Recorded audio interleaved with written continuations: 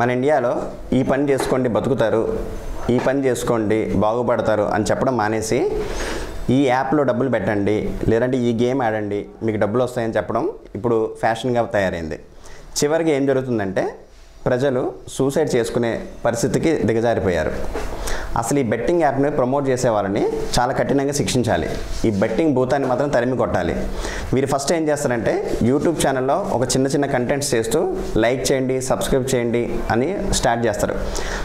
Subscribers పెరిగే కొద్దీ వీరికి యూట్యూబ్ ఛానల్ నుంచి డబ్బులు వస్తుంటే వీళ్ళు అత్యాశగా పోయి అదే సబ్స్క్రైబర్స్ని బెట్టింగ్ యాప్లో డబ్బులు పెట్టించి డబ్బులు పోయిన తర్వాత వాళ్ళు సూసైడ్ చేసుకునే వరకు వెళ్ళి సూసైడ్కి కారణమవుతున్నారు. అయితే ఈ బెట్టింగ్ యాప్స్ ప్రమోట్ చేసేవాళ్ళు ఈ సమాజానికి ఏం మెసేజ్ ఇస్తారు? ఇది కాదు కదా ప్రజలు కోరుకునేది.